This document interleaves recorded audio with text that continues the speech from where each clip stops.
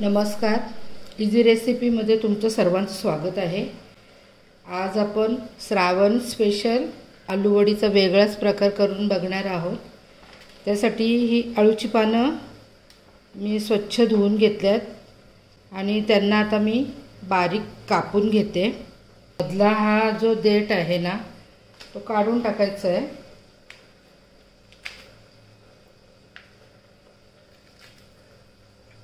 आणि बारीक एकदम आपल्याला कापून घ्यायचे।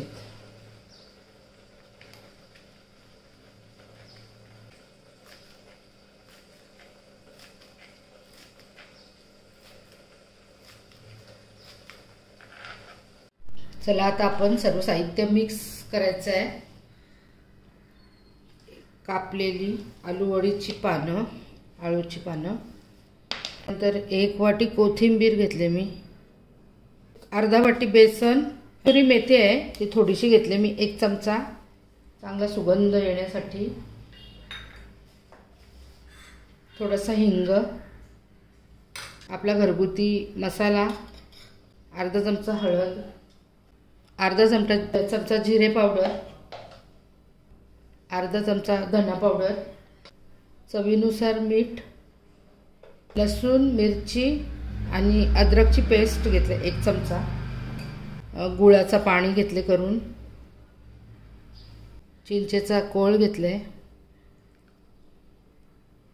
आता आपण हे मिक्स करायचं साहित्य।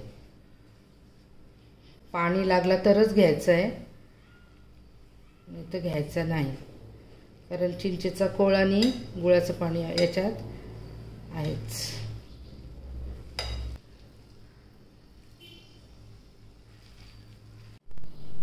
पीठ मस्तपैकी आपला मिक्स करून झालं आहे। आता आपण ह्या ताटाला तेल लावायचं आहे। दरवेळेला आपण आलूवडी असं रोल बनवूनच करतो, पण ही थोडीशी अगदी झटपट होणारी आणि अजिबात जास्त कष्ट न पडणारी अशी ही आलूवडी। आता बघायला तेल लावलं मी। आता सर्व मिश्रण याच्यात टाकायचं आहे ताटात आणि पसरवून घ्यायचं आहे।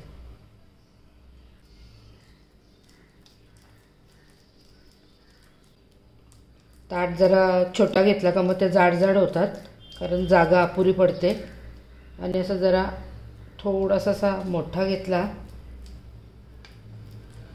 तर चांगले होतात पातळ। आता याला मी 20 मिनिटे वाफून घेते। जर तुम्हाला तीळ आवडत असतील तर वरून तीळ पण आपण घालायचे आहेत। हे बघा, आपल्या वड्या झालेल्या आहेत, 20 मिनिटात मी काढल्यात आणि छान थंड पण झाल्यात। आता आपण कापून घ्यायच्या आहेत त्या। तुम्हाला ज्या आकारात कापायच्या आहेत त्या आकारात तुम्ही आलूवड्या कापू शकता। हे बघा, मी या चौकोनी आकारात केलेले आहेत।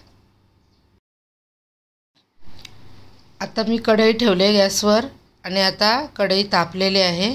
आता आपण आलूवड्या तळायच्या आहेत। दोन्ही बाजूने खरपूस तळून घ्यायच्या आहेत। आलूवड्या आपल्या तयार झालेल्या आहेत। तुम्हाला ही रेसिपी कशी वाटली हे मला कमेंट बॉक्समध्ये नक्की सांगा, आणि आपल्या चॅनलला लाईक, शेअर आणि सबस्क्राईब करायला विसरू नका। धन्यवाद।